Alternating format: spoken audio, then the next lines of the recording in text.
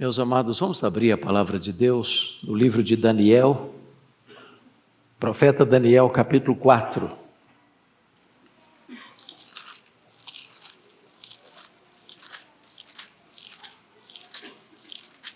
Profeta Daniel, capítulo 4.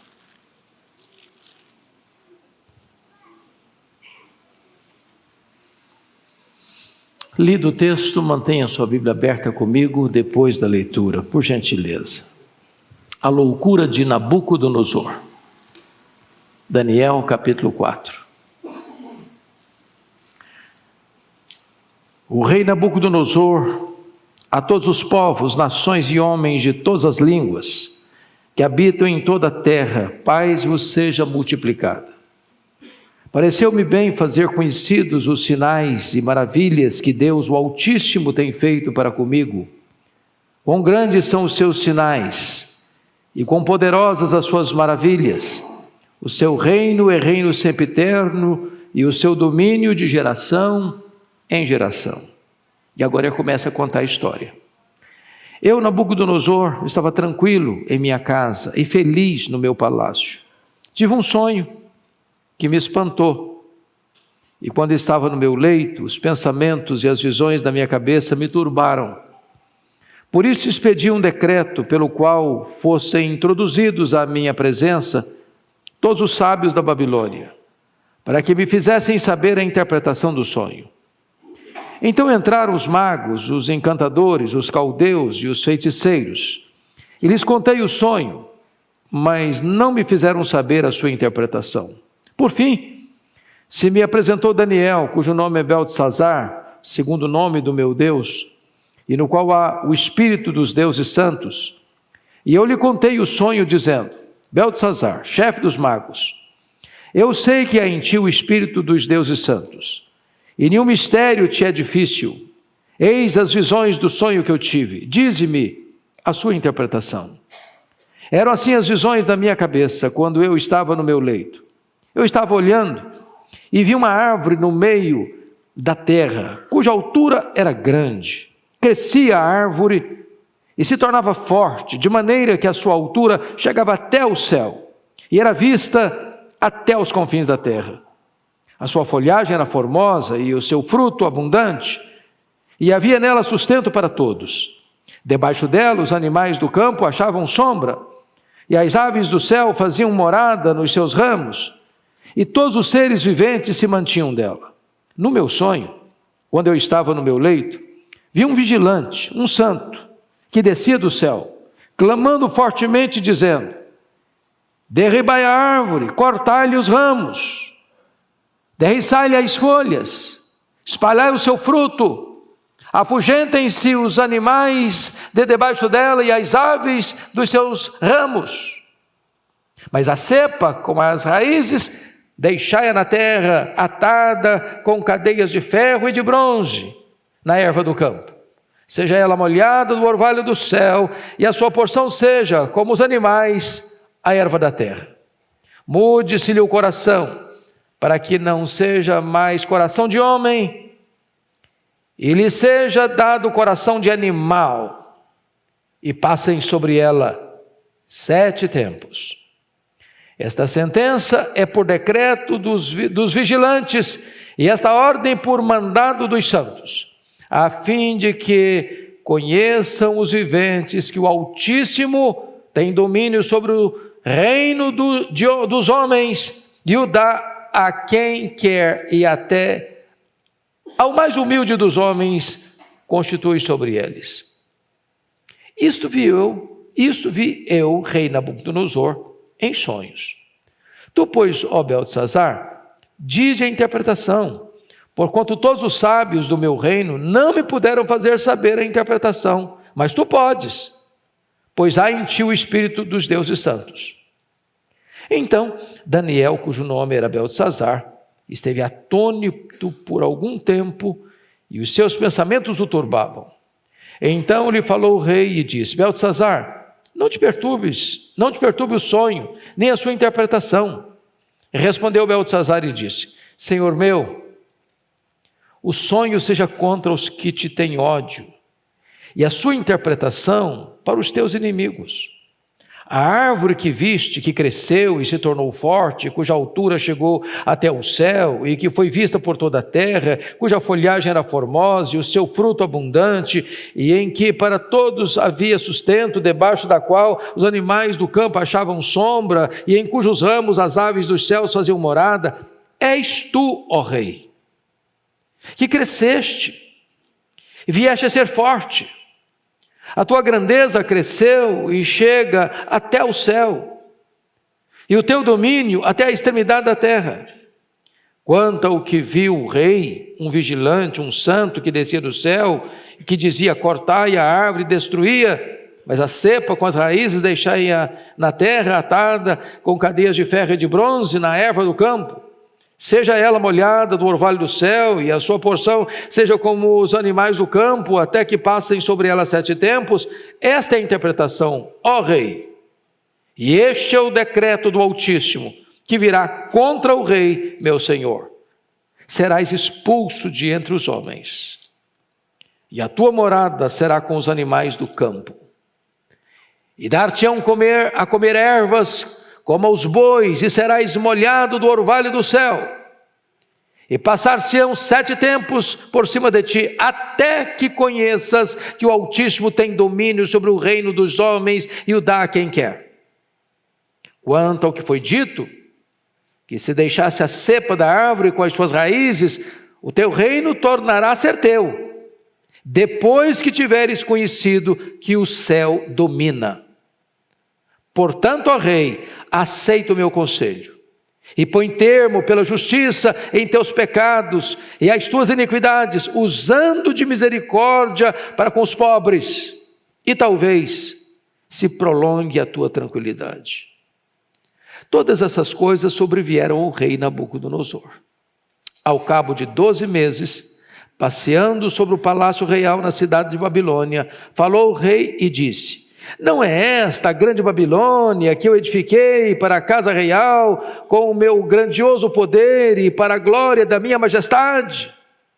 Falava ainda o rei, quando desceu uma voz do céu: a ti se diz, ó rei Nabucodonosor, já passou de ti o reino.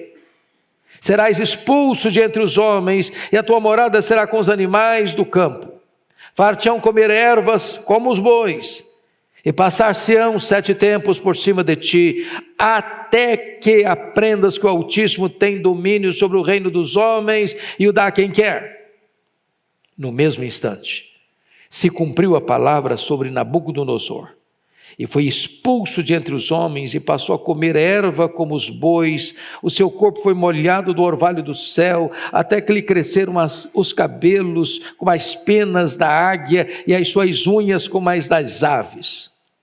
Mas ao fim daqueles dias, eu, Nabucodonosor, levantei os olhos ao céu, tornou-me a vir o entendimento, e eu bendisse o Altíssimo, e louvei, e glorifiquei o que vive para sempre, cujo domínio é sempre eterno, e cujo reino é de geração em geração. Todos os moradores da terra são por ele reputados em nada, e segundo a sua vontade ele opera com o exército do céu e os moradores da terra, e não há quem lhe possa deter a mão, nem lhe dizer: que fazes? Tão logo me tornou a vir o entendimento, também para a dignidade do meu reino, tornou-me a vir a minha majestade e o meu resplendor. Buscaram-me os meus conselheiros e os meus grandes, fui restabelecido no meu reino, e a mim se me ajuntou extraordinária grandeza. Agora, pois, eu, Nabucodonosor, louvo, exalço e glorifico ao Rei do céu, porque todas as suas obras são verdadeiras, e os seus caminhos justos, e pode humilhar aos que andam na soberba. Quando Deus vai às últimas consequências para salvar um homem. Meus amados, fica meridianamente claro nesse texto que a graça de Deus é soberana. E que o chamado de Deus é irresistível. Esse texto mostra com cores vivas a luta de Deus para a salvação de um homem que era, no seu tempo, o maior homem da história, o mais rico, o mais poderoso, o rei do maior império. O livro de Daniel não apenas retrata a soberania de Deus na história, revelando que o seu reino é o reino que domina sobre tudo e sobre todos, mas é também o Deus soberano na salvação de cada pessoa, de cada indivíduo. E eu queria aqui olhar esse texto em 3 perspectivas. Primeiramente, as iniciativas de Deus para alcançar o coração de Nabucodonosor. Em segundo lugar, a revelação de Deus a Nabucodonosor. E terceiro lugar, a soberania de Deus na salvação de Nabucodonosor. Então, vejamos aqui as iniciativas de Deus. Primeiramente, capítulo 1, Deus coloca gente crente lá no palácio de Nabucodonosor. Deus influencia a vida dele com presença de jovens como Daniel e os seus amigos. Agora, conviver com gente crente é uma bênção. Conviver com gente que conhece a Deus e ama a Deus é um privilégio. Ter dentro de casa exemplo de gente convertida é uma providência divina. Entretanto, isso não é suficiente para a salvação. Talvez você que está aqui, você tem um pai crente, uma mãe crente, talvez seu marido é crente, a sua mulher é crente, seus filhos são crentes, seus pais são crentes. Porém, isso não é suficiente. Você precisa ter a sua própria experiência. Mas vem no capítulo 2, Deus mostra para Nabucodonosor que só o reino de Cristo é eterno. Porque ele tem um sonho. E o sonho dele, ele quer saber o que significa. E ele chama os magos, os sábios, os entendidos. E fala para eles que ele teve um sonho que o perturbou. E os sábios, então, conta para nós o sonho que nós vamos interpretar. Não. Se vocês entendem desse negócio, não precisa eu contar. Vocês vão saber que sonho que eu tive. E vocês vão me interpretar. E se vocês não interpretar o sonho que eu tive, vou mandar matar vocês. O cara tinha todo o poder. Ninguém conseguiu interpretar o sonho. Falaram para ele: o que você está pedindo para nós, homem nenhum consegue fazer. Isso é da competência dos deuses. E os deuses não moram com os homens. Então ele mandou um decreto para matar todos os sábios da Babilônia. E quando esse emissário da morte chegou para matar também Daniel e os seus 3 amigos, Daniel disse: não, para um pouquinho. E ele foi aos seus colegas e disse: vamos orar. Deus pode abrir o entendimento, Deus pode nos revelar o que está acontecendo. E então Deus revela para Daniel. E Daniel é levado a Nabucodonosor, diz: Nabucodonosor, o sonho que você teve foi o seguinte: você sonhou com uma grande imagem, com uma grande estátua. A cabeça era de ouro, o peitoral e os braços eram de prata, o quadril e o ventre eram de bronze, as pernas eram de ferro, e os dedos eram de ferro e barro. E aconteceu que uma pedra não lavrada por mãos caiu nos pés dessa estátua, e ela toda virou pó. E essa pedra encheu toda a terra. E sabe o que significa isso, Nabucodonosor? Você é a cabeça de ouro. Depois virá um reino menor do que o seu, que é representado pelos braços de prata, falando do Império Medo-Persa. Depois virá um outro reino poderoso, que é o Império Grego. Depois virá um império tão forte como o ferro, que será o Império Romano. Mas uma pedra não lavrada por mãos é o reino de Cristo, que encherá toda a terra, e toda a glória será a glória do reino dele. Vai dominar o mundo inteiro. E com isso, Deus mostra para Nabucodonosor que só o reino de Cristo é eterno. Mas ele ainda não se converte. Ele vai reconhecer isso lá no capítulo 2, verso 44. Você confere aí comigo, que ele vai dizer o seguinte: mas nos dias desses reis, o Deus do céu suscitará um reino que não será jamais destruído. Este reino não passará a outro povo, esmiuçará e consumirá todos estes reinos, mas ele mesmo subsistirá para sempre. Ele tem essa revelação. Mas ele nos converte.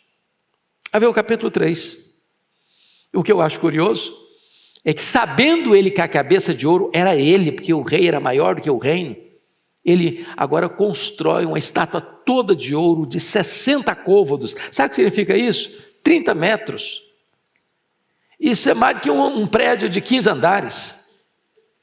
E agora ele baixa um decreto em todo o reino, que quem não vier para adorar os seus deuses e prestar homenagem à imagem que ele levantou, vai ser lançado na fornalha de fogo. Chega um recado para o rei assim: olha, tem uns judeus aí que servem lá no seu palácio, porque os amigos de Daniel serviam no palácio, que não obedecem a tua ordem não, e que não se prostra diante da tua imagem também não. Ele ficou muito irado, chamou os moços: é verdade que vocês não se curvam diante dos meus deuses? É verdade que vocês não se prostram diante da imagem que eu levantei? E os moços disseram o seguinte: olha, rei, quanto a isso nós não precisamos te responder não. Agora fique sabendo uma coisa, nós não vamos nos prostrar não. Se o nosso Deus quiser nos livrar, Ele vai nos livrar. Se Ele não quiser nos livrar, fique sabendo, ó rei, que nós não vamos nos prostrar. Estamos prontos a morrer, não estamos prontos a pecar. E diz que o rei mandou aquecer 7 vezes mais a fornalha, e mandou jogar os moços lá na fornalha. Quem jogou os moços na fornalha, com o calor, foram sufocados e morreram. Mas Nabucodonosor olha depois: puxa vida, mas cadê esse? Os caras estão lá, estão passeando, e tem uma outra pessoa lá, tem uma quarta pessoa lá, e parece filho dos deuses. E mandou tirar de lá Isaac, os 3 amigos de Daniel. E ele chega à seguinte conclusão no capítulo 3, verso 28 e 29, você pode conferir comigo. Ele diz o seguinte: falou Nabucodonosor e diz: bendito seja o Deus de Sadraque, de Mesaque, de Abdênego, que enviou o seu anjo e livrou os seus servos que confiaram nele. E ele baixa um decreto no verso 29.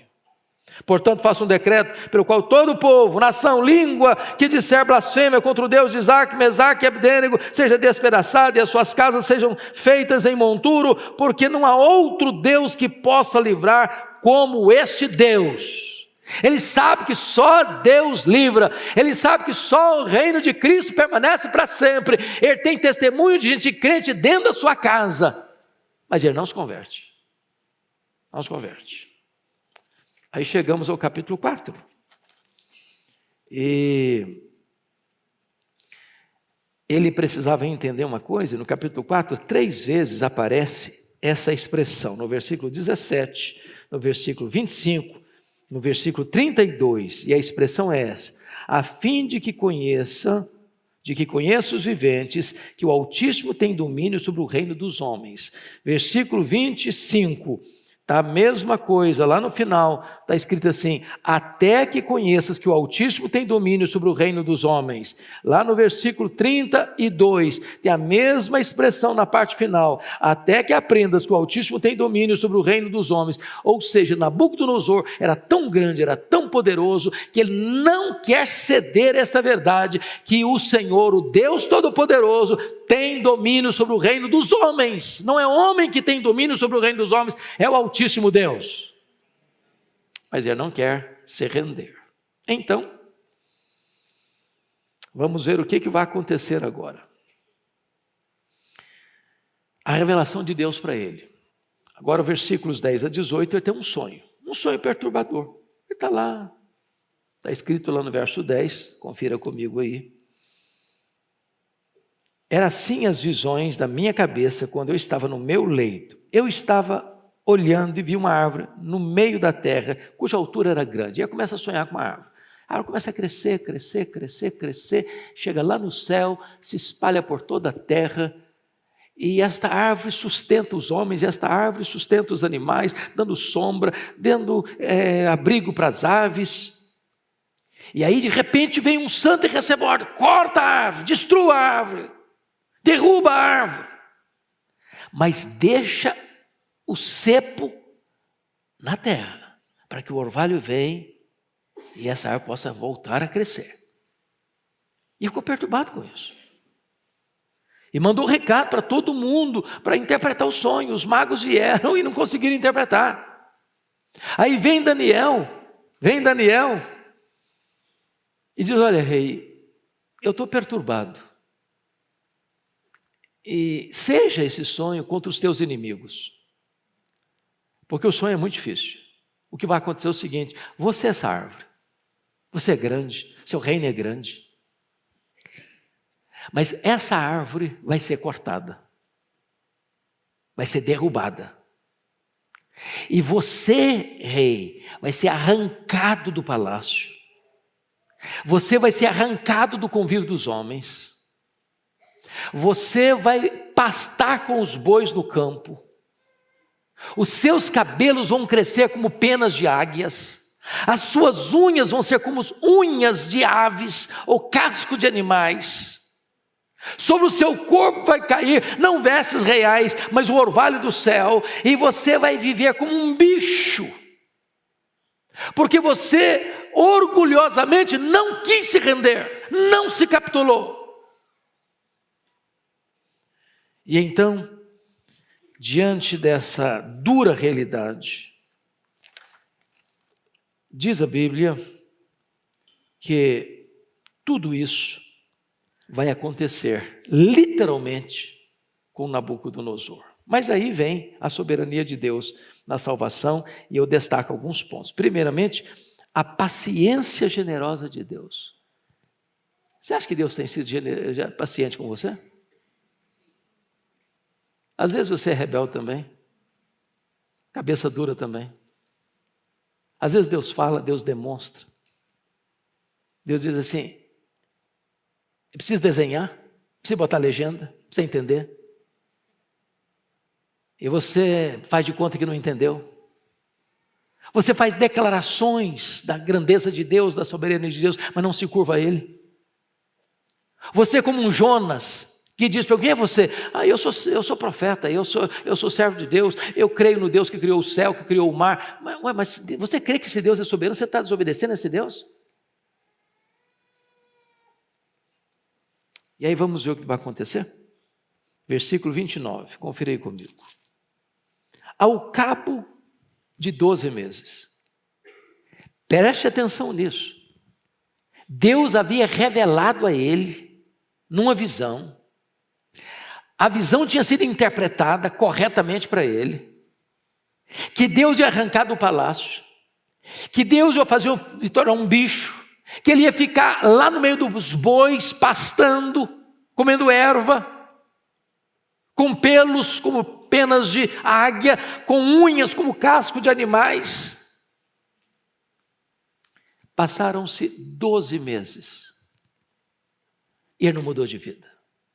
A Bíblia diz que o homem que muitas vezes é exortado e endurece a sua cerviz é quebrado repentinamente sem que haja cura. 12 meses se passaram.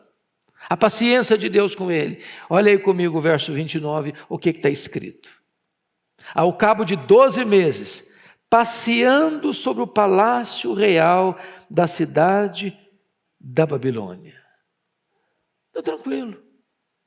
O juiz está aí, está igual Belsazar. Na noite da morte dele, da queda da Babilônia, ele está dando uma festa.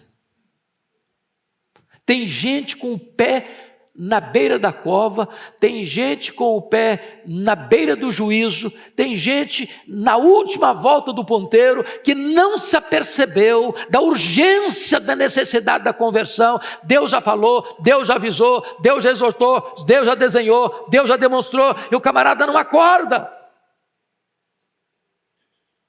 Ele está passeando, tranquilo.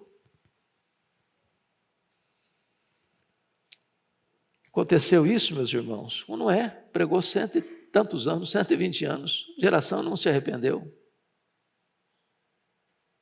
Ló, apesar de todos os problemas dele, foi testemunha na cidade de Sodoma e Gomorra, a cidade pereceu.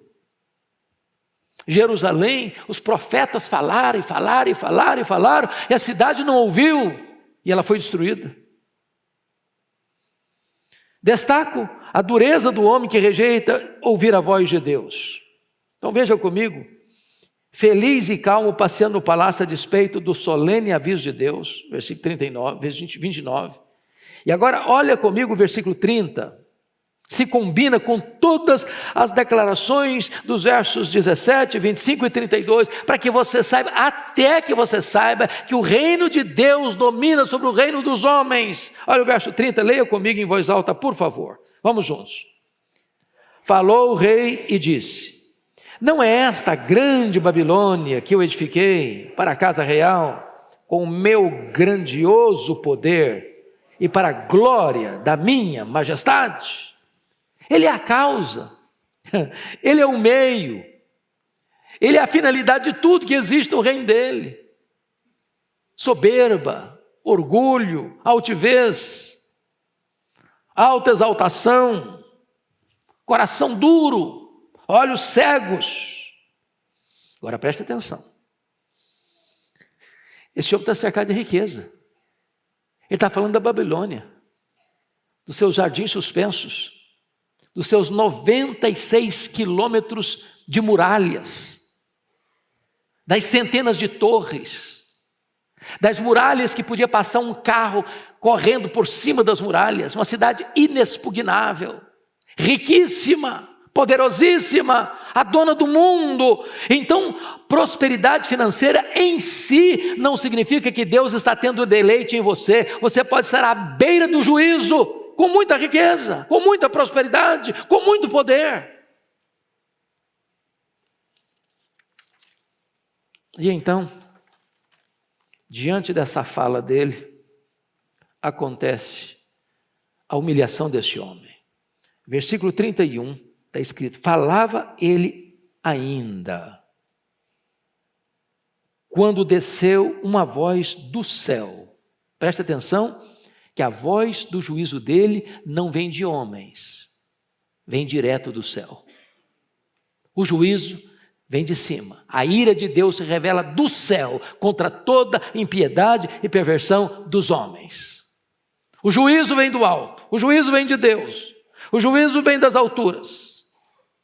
E você começa a perceber que prosperidade e poder são duas coisas que juntas podem intoxicar a alma de um homem. E pode fechar os ouvidos desse homem à voz de Deus. E pode endurecer o coração deste homem ao chamado de Deus. E aí você percebe que a Bíblia diz que Deus resiste ao soberbo, luta contra o soberbo, declara guerra ao soberbo. E a queda dele é repentina, porque o verso 31 diz: falava ele ainda. Falava o quê? Olha a grande Babilônia que eu construí pelo meu poder, para a minha própria glória. Ele está se exaltando, ele está se colocando lá em cima. E ele falava ainda, quando chegou a queda dele repentina. E que queda foi essa? Confira comigo o verso 32 e 33. Leia em voz alta comigo, por favor. Vamos juntos? Serás expulso de entre os homens, e a tua morada será com os animais do campo.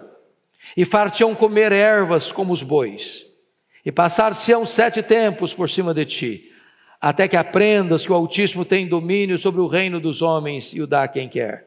No mesmo instante se cumpriu a palavra sobre Nabucodonosor, e foi expulso de entre os homens, e passou a comer erva como os bois. O seu corpo foi molhado do orvalho do céu, até que lhe cresceram os cabelos como as penas da águia, e as suas unhas como as das aves. Coisa horrível. Já pensou um rei virar bicho? Eu não sei como é que isso aconteceu. Se ele tornou-se um quadrúpede, ou se continuou um bípede. Mas devia ser um bicho feio, hein? Com penas, com cascos, sem perfume francês, sem desodorante,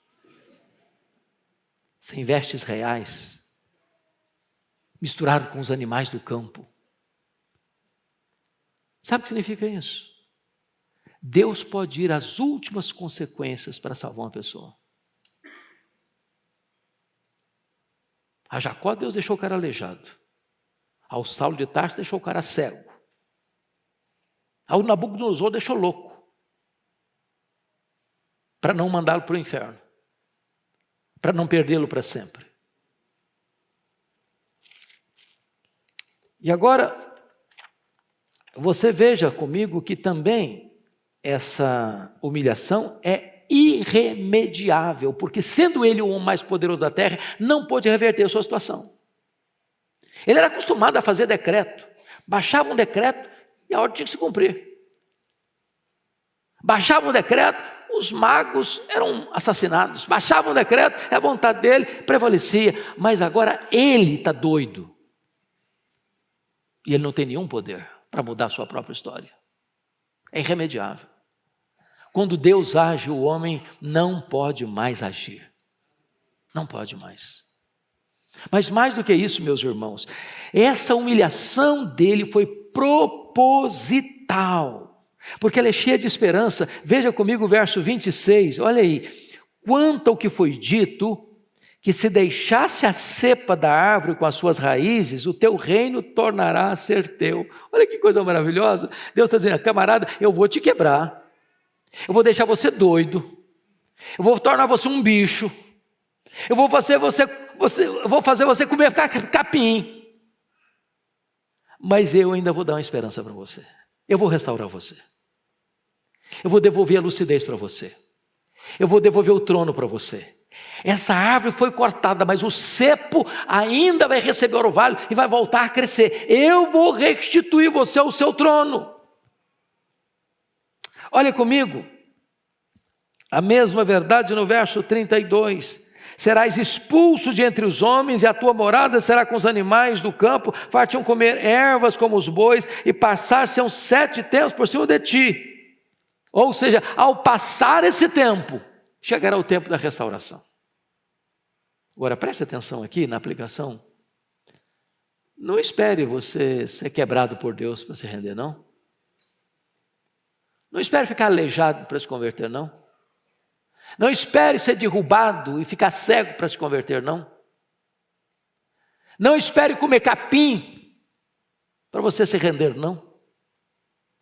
Deus está indo às últimas consequências em virtude da resistência desse homem.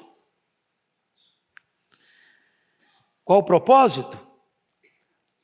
É o arrependimento. Olha o verso 27 comigo, leia o 27 comigo, olha o conselho que Daniel dá para ele, que poderia ser revertido sem passar por essas experiências dolorosas. Leia em voz alta o 27 comigo, vamos juntos? Portanto, ó rei, aceita o meu conselho e põe termo pela justiça em teus pecados e as tuas iniquidades, usando de misericórdia para com os pobres, e talvez se prolongue a tua tranquilidade. Por que ele está focando a questão do pobre aqui? É porque ele achava que ele era o dono do mundo. Essa é a grande Babilônia que eu construí pelo meu poder, para a minha glória. Tudo é para ele, tudo é dele, tudo pertence a ele. Para ele os louros, para ele os luxos, para ele a fartura, para o povo o sofrimento, a escassez, a pobreza, a miséria. O que o profeta Daniel está dizendo é o seguinte: arrependa-se, muda a tua vida, muda a tua conduta, muda a tua prática. Se você se arrepender, ainda dá tempo, ainda dá chance de você ser poupado. É exortação para esse homem mudar, se arrepender, ser convertido ao Senhor. O que é maravilhoso, irmãos, é a soberania de Deus na salvação. Porque para Beltsazar não teve esse tempo, não. O juízo chegou para Beltsazar peremptório. A mão na parede, mene, mene, tekel, farsim. Chegou aquela noite, ele morreu, o reino caiu. A mesma coisa aconteceu com Herodes Agripa I, matou Tiago, mandou prender Pedro. E quando diz a Bíblia que lá o povo veio e começou a exaltá-lo, a glorificá-lo, parece um Deus, voz de um Deus, ele não deu glória a Deus, foi comido de vermes, comido de bicho, ferido por um anjo de Deus. Eu não sei se a realidade de cada um é a realidade do Nabucodonosor, ou de Herodes, ou de Beltsazar. Deus hoje está dizendo para você: arrependa-se, arrependa-se, arrependa-se, porque eu já falei, eu já avisei, eu já exortei, eu já desenhei para você, eu já demonstrei tudo para você. Até quando você vai resistir? Até quando você vai recalcitrar? Até quando o seu coração vai estar endurecido?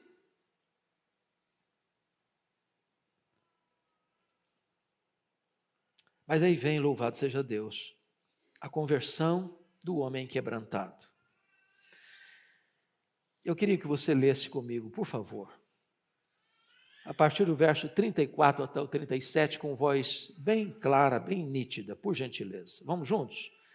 Mas, ao fim daqueles dias, eu, Nabucodonosor, levantei os olhos ao céu, tornou-me a vir o entendimento, e eu bendisse o Altíssimo, e louvei, e glorifiquei o que vive para sempre, cujo domínio é sempre eterno, e cujo reino é de geração em geração. Todos os moradores da terra são por ele reputados em nada, e segundo a sua vontade, ele opera com o exército do céu e os moradores da terra. Não há quem lhe possa deter a mão, nem lhe dizer: que fazes? Tão logo me tornou a vir o entendimento, também para a dignidade do meu reino, tornou-me a vir a minha majestade, o meu resplendor. Buscaram-me os meus conselheiros e os meus grandes, fui restabelecido no meu reino, e a mim se me juntou extraordinária grandeza. Agora, pois, eu, Nabucodonosor, louvo, exalço e glorifico ao Rei do céu, porque todas as suas obras são verdadeiras e os seus caminhos justos, e pode humilhar aos que andam na soberba. Sabe o que é conversão? Via de regra, é quando muda o núcleo principal da vida do ser humano. Como é que você sabe que um camarada avarento se converteu? É a história do Zaqueu. Resolvo dar, resolvo restituir. Como é que você sabe que um camarada devasso se converteu? É a história do Agostinho de Hipona, que era um homem devasso, e depois da sua conversão, uma das suas amantes o encontra pela rua e sai gritando: Agostinho, Agostinho, Agostinho. Ele não dá atenção, continuou caminhando, Agostinho, Agostinho, Agostinho, sou eu. E ele parou assim: não, mas eu não sou eu mais, aquele homem que você conhecia morreu, agora eu sou um outro homem. Como você sabe que um ladrão se converteu? Quando ele para de roubar e começa a trabalhar. Como é que você sabe que um corrupto se converteu? É quando ele para de fazer falcatrua e passa a viver de forma honesta. Como é que você sabe que uma pessoa idólatra se converteu? É quando ela abandona os ídolos e se volta para o Senhor. Como é que você sabe que um homem cheio de orgulho, que achava que era o dono do mundo, que tudo girava em torno dele, se converteu? É quando ele se humilha e reconhece que Deus é Deus, que Deus tem o controle, que Deus domina, que o reino dele está acima de todos os reinos, e que quando Deus faz, ninguém pode impedir a sua mão de fazê-lo. Eu gostaria de chamar a sua atenção para alguns sinais ou algumas evidências da conversão dele, para terminar. Primeira evidência, versículo 34. Ele glorifica a Deus em tempo oportuno. Porque tem gente, irmãos, que só acorda como aquele rico lá da história de Lázaro. Tarde demais já no inferno, aí não adianta mais. Nabucodonosor acordou em tempo ainda de ser salvo. Segundo, ele confessa a soberania de Deus no versículo 35. Terceiro, ele testemunha no verso 36 a sua restauração. Quarto, ele adora a Deus no verso 37. São evidências de uma transformação. Isso me leva então para concluir a 3 lições práticas. Primeiro, nunca desista de esperar, de orar e de aguardar a conversão de uma pessoa. Ah, pastor, o senhor não conhece quem é meu pai? Ih, pastor, meu marido é complicado. Ih, já ora há muitos anos, não tem jeito não. O Nabucodonosor foi convertido. Eu quero dizer para você, meu amado irmão, que Jesus pode transformar o idólatra, o feiticeiro, o agnóstico, o ateu.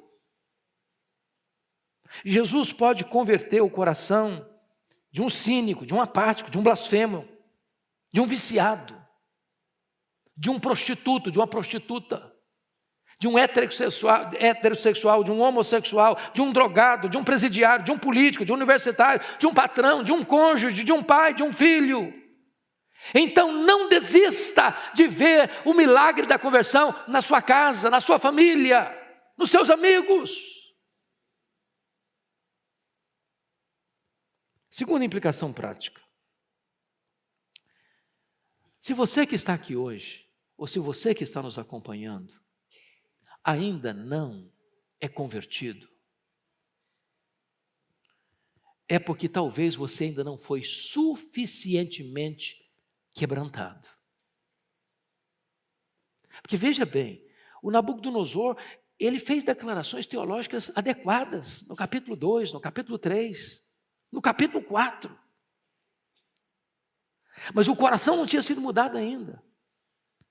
Talvez você, filho de crente, neto de crente, frequenta até a igreja, é membro de igreja, conhece Bíblia, conhece até teologia, talvez você tenha informações adequadas, corretas na sua mente, no seu coração, mas ainda o seu coração não foi tocado, não foi quebrado, não foi transformado, não foi humilhado. E se você está aqui hoje, se você está me assistindo e ainda não passou pela experiência da conversão, do novo nascimento, quem sabe você ainda não se humilhou suficientemente debaixo da poderosa mão de Deus. E essa é a noite oportuna para você fazer isso. Finalmente, por favor, preste atenção aqui. Quem reluta em se prostrar, vai ser quebrado ou vai perecer eternamente. Não há uma terceira possibilidade. Ou Deus te quebra e humilha você para salvar você, ou você perece eternamente. É melhor ser quebrado por Deus do que ir para o inferno.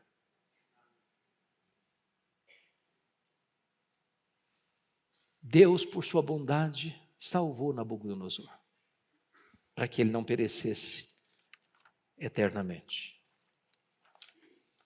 Hoje, eu preciso alertar você. Se Deus tornar você louco sem lhe restaurar, você não clamará por misericórdia. Porque quem levou Nabucodonosor a clamar por misericórdia foi a bondade de Deus, que nos conduz ao arrependimento. Então, erga seus olhos ao Senhor. Diga: Senhor, eu não quero apenas ter conhecimento da verdade, eu preciso ser transformado por essa verdade.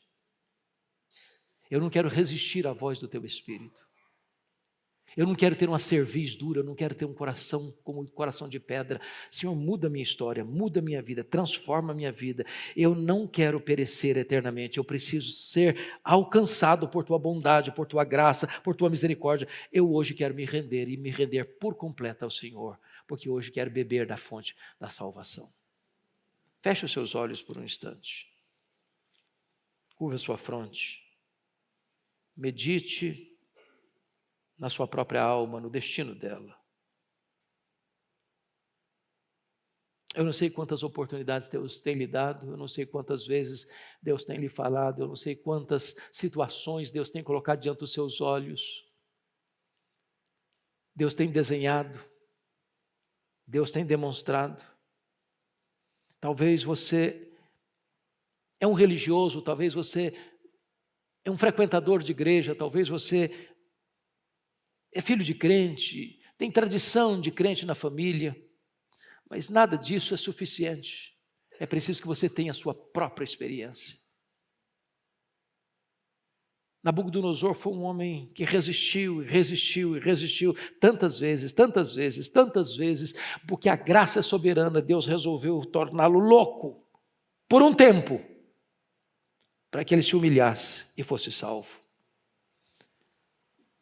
Hoje o Senhor está dando a você mais uma oportunidade, se voltar para Ele enquanto é tempo, antes que seja tarde demais. A Bíblia diz que Deus é rico em perdoar e tem prazer na misericórdia. A Bíblia diz que Deus não rejeita um coração quebrantado. Se nesta noite você se voltar para Ele, se render a Ele, hoje, agora, você pode ser salvo e ter a alegria da salvação e a segurança da salvação, a convicção do perdão dos seus pecados.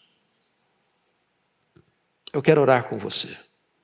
E essa decisão é sua e de mais ninguém. Ninguém pode tomá-la por você. Ó Deus, eu tenho plena convicção de que eu só posso falar aos ouvidos. Só o Teu Espírito pode falar aos corações. Só o Teu Espírito pode aplicar estas verdades aos corações. Aqui está o Teu povo, e só Tu conheces os que Te pertencem. Só Tu sabes aqueles que estão dentro desse auditório, que já nasceram de novo, e só Tu sabes aqueles que porventura ainda não nasceram de novo. Só Tu sabes as pessoas que estão agora nos acompanhando, quantas já foram salvas e quantos ainda, meu Deus, resistem à Tua voz. Em nome de Jesus nós clamamos por salvação. Clamamos por um tempo, Deus, de quebrantamento. Que o poder do Espírito Santo derreta, Senhor, a dureza deste coração agora. Que todos os sofismas caiam por terra. Que todas as fortalezas que nós tentamos construir na nossa mente para nos permanecermos de pé, em vez de nos prostrarmos aos pés do Senhor, caiam por terra nesta noite. E que os corações se rendam, que os joelhos se dobrem, que haja uma manifestação poderosa da Tua presença, do poder do Evangelho de Cristo, da operação gloriosa e bendita e transformadora do Espírito Santo, para que haja salvação nesta casa e glória ao Teu nome nas alturas. Te rendemos graças, Senhor, porque Tu és o Deus da salvação. Te rendemos graças porque há situações em que Tu não desistes de nós. Estás disposto a ir às últimas consequências para nos alcançar. E nós nos rendemos a Ti nesta noite. Em nome de Jesus. Aleluia. Amém.